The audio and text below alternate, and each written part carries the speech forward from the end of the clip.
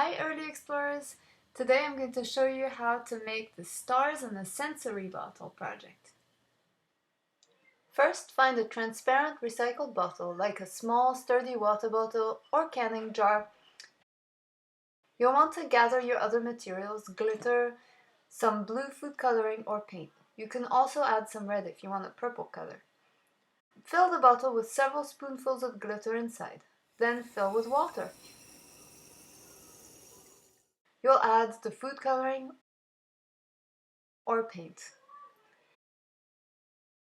Make sure there's water right up to the top of the bottle if you still have a little airspace.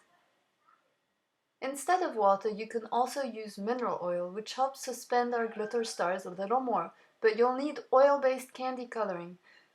As you see, my food coloring is not mixing in oil. Oil and water separate, as you can see in this bottle.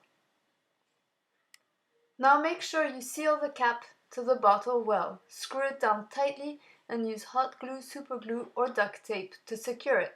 A grown-up should do this to make sure your sensory bottle doesn't spill. So there you go.